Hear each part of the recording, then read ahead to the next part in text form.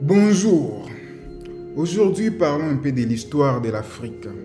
C'était quoi l'Afrique avant l'esclavage et la colonisation? Pourquoi c'est important de connaître cette histoire? Je crois que c'est important de connaître l'histoire parce que les Africains, nous sommes actuellement dans l'amnésie. Donc l'amnésie, c'est ce trouble là où tu as perdu la mémoire. Nous ne savons même pas qui nous sommes ou qui nous étions. Nous avons juste une image de nous déjà par terre, déjà KO. Et ça développe en nous le complexe d'infériorité, ça développe en nous les sentiments que nous avons toujours été inférieurs, et ça développe en nous les sentiments que tout a toujours été catastrophique. Pourtant, cela n'est pas vrai. Nous avons besoin de connaître ce que nous étions avant tous ces chaos pour que nous soyons à mesure de nous relever sur base de notre identité réelle. Pour que nous puissions être à mesure de nous relever sur base de notre image parfaite divine. Parce que ce que nous sommes maintenant, ce n'est pas l'image que Dieu nous a donnée. Nous sommes juste ce que le bourreau nous a transformés à devenir. Parce que hier, j'ai discuté avec un groupe de gens et j'essayais de parler, de donner à l'Afrique la gloire que non. Avant, ça n'a toujours pas été comme ça n'a toujours pas été la désolation. Mais j'ai trouvé vraiment, les gens s'opposent à l'idée de dire qu'avant l'Afrique était tranquille, nous étions dans la paix, nous étions glorieux, nous étions unis. Mais je comprends. Quand les gens s'opposent à ça, c'est pas parce qu'ils n'aiment pas l'Afrique. C'est juste parce qu'ils sont amnésiques, donc ils ne savent même pas c'était quoi l'Afrique. Ils n'ont que l'image qui a été présentée d'une Afrique qui est déjà tombée. Ils n'ont que l'image qui est présentée d'une Afrique avec des Africains, avec des chaînes au cou, déjà déshabillés. Alors ça développe en eux même la haine de cette histoire. Parce que j'ai écouté quelqu'un me dire que non, avant l'arrivée des colonisateurs, les Africains sacrifiaient leurs enfants. Ce qui est faux et archi faux. D'ailleurs, nous étions même le peuple qui demandait aux gens de ne pas faire des sacrifices humains. Tout ce qu'on nous a déjà collé, c'est juste, comme vous voyez aujourd'hui, tout ce qu'on nous colle en tant qu'Africains, ou tous les mépris qu'on nous montre en tant qu'Africains, donc c'est la même chose de tout ce qu'on a déjà collé à l'histoire de l'Afrique. Non. Je crois qu'il est important de parler de l'histoire de l'Afrique parce que c'est difficile de changer la mentalité d'un peuple qui, pendant 500 ans, a été... on l'a raconté juste une chose. Pendant 500 ans, on s'est dit que non, vous ne vous aimez pas entre vous. Un Africain a vendu un autre Africain. Telle personne est en train de donner du poison à son frère à Goma. Telle personne est en train d'insulter telle personne à Kinshasa. Telle personne, il y a le tribalisme, je ne sais pas où, au Kenya. Je ne sais pas, il y a les xénophobies où c'est là. Vous d'ailleurs, vous ne créez rien. Vous êtes seulement là, vos dirigeants. Donc, alors, imagine pendant 500 ans, c'est ce que vous écoutez. Mais et même dans les gènes, donc dans les gènes, ça se transmet génétiquement. Donc c'est ce que tu écoutes, c'est ce que ton père écoutait, c'est ce que ton grand-père écoutait, c'est ce que ton arrière-grand-père écoutait pendant 500 ans. C'est normal qu'après 500 ans, vous n'ayez aucune envie de savoir à quel point l'Afrique était glorieuse et avait une autre image. Et moi, je comprends, j'essaie d'être tolérant. Mais je me dis, il faut que les gens puissent connaître la vraie histoire de l'Afrique avant l'esclavage et la colonisation. Et j'aimerais qu'on parle aujourd'hui. Et bien sûr, comme j'ai dit toujours, moi je ne suis pas là pour vous faire croire. Vous pouvez aussi essayer de faire des recherches. C'est pour notre propre intérêt. Et pour l'intérêt de nos enfants, de la future génération. Avant de parler de ce que nous étions, j'aimerais d'abord commencer par vous dire ce que nous n'étions pas. Parce que les gens ont déjà certaines images de l'Afrique avant la colonisation. Je me suis rendu compte que les gens pensaient que même l'Afrique, la nature était noire, donc tout était noir-blanc. Parce qu'on voit des photos, tout est en noir-blanc. Non, tout était en couleur et tout était beau. C'est juste que les photos de l'époque n'étaient pas en couleur. Mais ne pensez pas qu'à cette époque-là, tout était vraiment... Tout était vilain, tout était laid. Non, tout était en couleur. Les images que vous voyez des gens qui ne sont pas habillés, qui sont attachés, des chaînes au cou, ce sont des gens qui sont déjà donc, soumis à être esclaves. Mais avant cela, les Africains s'habillaient très bien. à leur manière et pour cette époque spécifique. Parce que même les vêtements, ce n'est pas les vêtements que nous portons, que même les Occidentaux portent aujourd'hui, qu'ils portaient il y a 100 ans, il y a 200 ans, il y a 300 et aller même au-delà. Et donc, même les Africains, il y avait des vêtements qu'ils portaient. Si vous voyez ce qu'ils portaient, peut-être ça ne se rapporte pas à ce que vous avez comme idée de l'habillement maintenant, mais c'était ça l'habillement de l'époque. Mais aussi, une chose que je dois mettre dans la tête des gens. Avant l'arrivée de l'esclavagiste ou des colonialistes, nous avions des empires, des royaumes. Quand on parle de ça, les gens pensent que royaume signifie que c'était un village. Quand on parle du royaume Congo, l'empire du Mali, l'empire, je ne sais pas, l'empire du Ghana, Kouch, Carthage et tout ça, les gens pensent que c'était des villages. Parce que la façon dont on nous a appris ces royaumes, ces empires à l'école, nous avons développé une idée comme si c'était des petits villages. Non, c'était donc empires dans le vrai sens du terme. Et vous pensez que les Africains n'étaient pas intelligents pour diriger un empire, un royaume. Et c'est même juste de t'imaginer que tu dois diriger ton quartier et que tout doit être en ordre, tout doit être en harmonie. Les gens doivent respecter les règles que tu mets en place. Il doit y avoir telle cérémonie, telle cérémonie, telle cérémonie. Et tout se passe en harmonie et vous vivez dans la paix, dans la tranquillité. Il fallait être vraiment doué pour arriver à faire ça. Parce que si vous essayez maintenant, vous n'allez pas y arriver. Et maintenant, imaginez que c'est un empire. Donc ce n'est pas seulement un pays. Il y a le Congo, il y a le Congo-Brazza, il y a Angola. Et il y a une personne qui arrive à diriger ça.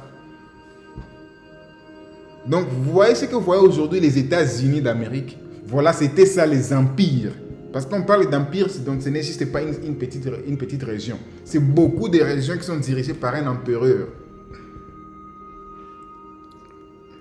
Et donc, on était tellement... Est-ce qu'à cette époque-là, quelqu'un nous avait déjà enseigné que non, il doit y avoir des capitales. Nous avions même notre propre capitale, Mbanza Congo, par exemple, pour le royaume Congo. Si tu parles même pour la civilisation égyptienne, il y avait des capitales à Memphis ou à Héliopolis. L'empire du Mali, vous allez le trouver, il y avait même une université à Tombouctou. Alors, essayez d'abord d'imaginer ces gens qui pensaient déjà créer des universités là où il y avait la connaissance. Il y avait des étrangers qui venaient apprendre en Afrique. Et vous pouvez vérifier. Socrate, Thalès, Pythagore, tous ces gens qui sont considérés comme les génies du monde, de l'histoire de l'humanité, ont étudié en Afrique. Et ils les reconnaissent eux-mêmes dans leurs écrits. Mais essayez juste d'imaginer être à mesure de diriger un empire. Être à mesure d'avoir une administration là où la capitale se trouve là. Parce qu'aujourd'hui, vous trouvez que non, peut-être on nous a appris, on doit avoir une capitale. Non, personne ne nous avait appris Mbanza Congo. Personne ne nous avait appris que Tombouctou. Personne ne nous avait appris Memphis. Donc, il y a plein d'empires et de royaumes qui existaient en Afrique. Et nous étions structurés, organisés, très bien habillés. Donc, dans notre culture, l'habillement... Tu sais comment tu te sens fier quand tu t'habilles traditionnellement? Tu es dans une cérémonie, tu t'habilles vraiment en africain. Voilà, c'était comme ça. Il n'y a personne qui nous a appris qu'on s'habille comme ça. Non. Dites plutôt, les gens nous ont forcés à apprendre leur culture et s'habiller comme eux. Comme vous voyez là, je suis habillé, il n'y a presque rien d'africain. Dites plutôt ça. Mais bon, moi-même, je suis en train de vouloir m'améliorer. Parce que jusque-là, je n'ai pas encore eu où trouver tout ce qu'il y a d'africain. Mais il faut arriver à voir l'Afrique avant l'esclavage et la colonisation comme une Afrique de gloire. Parce que c'est les cas, ce n'est pas quelque chose que nous sommes en train d'inventer, c'est les cas. Et c'est écrit. C'est donc, même quand les étrangers arrivaient, ce qu'ils avaient comme rapport, ce qu'ils écrivaient comme rapport, disaient non, ces gens sont tellement organisés. Mais malheureusement, nous, en étant accueillants, parce que Dieu nous a créés comme un peuple accueillant, nous accueillons toujours. Et je crois que ça, vous le savez. En Afrique, on est toujours accueillant. Tu peux visiter quelqu'un, il va te donner à manger. Ce qui n'existe pas chez les autres. Ça n'existe pas.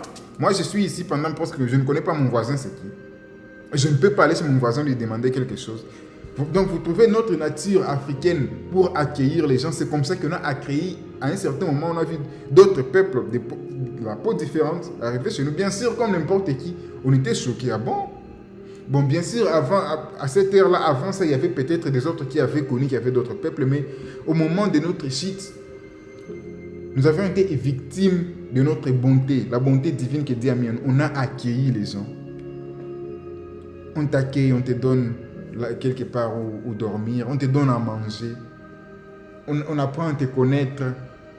On pense que tu es aussi bon que nous. Et nous, pendant tout ce temps, on ne développait pas des armes à destruction massive parce que dans notre nature africaine, nous n'avons pas envie d'exterminer le monde. Raison pour laquelle nous avons toutes ces ressources que les autres utilisent pour avoir des armes nucléaires. Les armes nucléaires sont construites avec nos ressources, non? Mais nous ne les utilisions pas pour détruire le monde. Et ce n'est pas qu'on ne connaissait pas l'utilité. Même aujourd'hui, maintenant on connaît l'utilité. Avez-vous même vu un dirigeant africain commencer à avoir l'envie que non, nous devons aussi avoir notre arme nucléaire? Donc, dans notre nature, dans notre sens, ça n'existait pas. La destruction massive des humains, avoir une arme qui peut tuer des millions, des milliards de personnes, ça n'existait pas. Et c'est ça notre nature. Et c'est ça notre nature, parce que c'est ça la nature divine, la nature de Dieu, la nature de la bonté. Mais comme on a été assez bons avec d'autres peuples, ils sont venus, premièrement, nous disant qu'ils étaient des missionnaires, nous apporter une bonne nouvelle et tout cela. Puis toujours avec notre bonté, on a accueilli, on a suivi les pas. Puis par après, on se retrouve dans des bateaux d'esclavage. Par après, on se retrouve colonisés, nos bras coupés, nos enfants violés, nos pères tués. Et pendant ces temps, il y a maintenant l'ère des inventions, des grandes découvertes et tout ça. Et c'est là que d'autres peuples ont eu l'avance sur nous. Parce qu'une autre question que les gens me demandent, et pourquoi alors vous utilisez leur téléphone? Et pourquoi vous n'inventez rien? Comment vous espérez qu'un peuple qui a passé 500 ans dans une servitude, en train juste d'essayer à survivre, à quel moment on pouvait commencer à penser développer ceci, développer cela? Avant cela, nous étions les plus organisés. Mais à un certain moment, on nous a freinés, les autres ont pris de l'avance et nous sommes restés juste dans la quête de la survie. Et 500 ans plus tard, c'est injuste de dire aux Africains que vous n'avez rien inventé. On nous a forcés à ne rien inventer. Parce que si on ne nous avait pas gardé dans ça, aujourd'hui l'Afrique serait très développée. Parce qu'il y a quelque chose qui se passe. Quand deux peuples se rencontrent, chaque peuple apprend de l'autre. Quand on se rencontre, on apprend de vous ce que vous avez déjà fait mieux que nous. Vous apprenez de nous ce qu'on a déjà fait mieux que vous. On apprend de ce que vous avez, vous apprenez de ce que nous avons. Malheureusement, et ça a toujours été comme ça en Afrique, malheureusement, dans notre bonté, quand on a accueilli ces peuples, qu'on voulait apprendre de ce qu'ils ont déjà appris, et ils n'ont que pris de chez nous les ressources, les minéraux, tout, et puis nous, on nous a gardés inactifs par force et par violence. Et vu qu'on n'était pas préparé par des armes, vu qu'on n'avait jamais imaginé qu'un jour, nous allons avoir des besoins d'exterminer des millions de personnes, c'est comme ça que nous nous sommes retrouvés 500 ans inactifs, aliénés. Parce que maintenant, là, nous réfléchissons comme des vrais idiots. Nous sommes seulement là, tout le monde est en train de réfléchir. Donc, tout le monde pense que ce sont les mêmes personnes qui nous ont fait tout ça, qui vous ont promis un paradis réel. Et vous voyez maintenant, tout le monde est là, on ne veut plus remettre les choses en question. Non, je ne vais pas rater. Mais je ne vais pas rater quoi? Le paradis. Qui t'a appris ça? Ok, c'est lui qui m'a torturé, c'est lui qui m'a fouetté, c'est lui qui a tué mes pères, celui qui a violé mes sœurs, c'est lui. Qu'est-ce qui te prouve donc il t'a fait tout ça, mais toi tu continues à croire qu'il t'a donné un paradis là où vous allez être ensemble avec lui? Est-ce que même aujourd'hui il veut être ensemble avec toi? Non. Moi je n'appelle pas à la haine, je ne demande pas aux gens d'haïr, non. Nous devons maintenant juste élever notre état de conscience Nous devons juste élever notre état d'esprit et comprendre que nous devons redevenir maîtres de nous-mêmes. Et quand nous serons maîtres de nous-mêmes, ça ne sera pas pour chercher la vengeance. Dieu ne nous a pas créés comme ça. Ça ne sera pas pour aller exterminer d'autres peuples. Dieu ne nous a pas créés comme ça. Ça ne sera pas pour aller rendre d'autres peuples en esclavage ou coloniser d'autres peuples. Non. Ça sera peut-être même pour guider les autres dans la bonté. Transmettre notre cœur de bonté à d'autres peuples. Parce que nous sommes les berceaux de l'humanité. Les fils aînés de Dieu. C'est nous, Africains. Et nous avions toujours été organisés, développés, unis. Ne voyez pas seulement qu'aujourd'hui à Goma, il y a les gens qui s'empoisonnent. Demandez-vous, ça a commencé par quoi? Parce que on dit qu'il n'y a pas de fumée sans feu, n'est-ce pas? Alors s'il y a quelqu'un qui empoisonne son frère, ça a commencé par quoi qu'un frère puisse vouloir faire du mal à quelqu'un? Vous allez rentrer en arrière, vous rappelez qu'à un certain point, quelqu'un était venu, il a trouvé des gens qui étaient unis, et il a commencé à faire le lavage des cerveaux, contrôler les cerveaux, jusqu'à ce qu'il soit à mesure d'élever un frère contre son frère.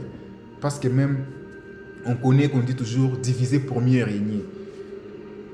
Et je connais que pour le moment, c'est difficile de changer la mentalité de la génération actuelle. Mais si on s'élève quand même et on commence à vouloir que nos enfants puissent grandir avec une mentalité différente, dans 20 ans, dans 10 ans, 20 ans, 30 ans, maximum 50 ans, l'Afrique aura une mentalité tout à fait différente. Ça sera donc une nouvelle génération glorieuse.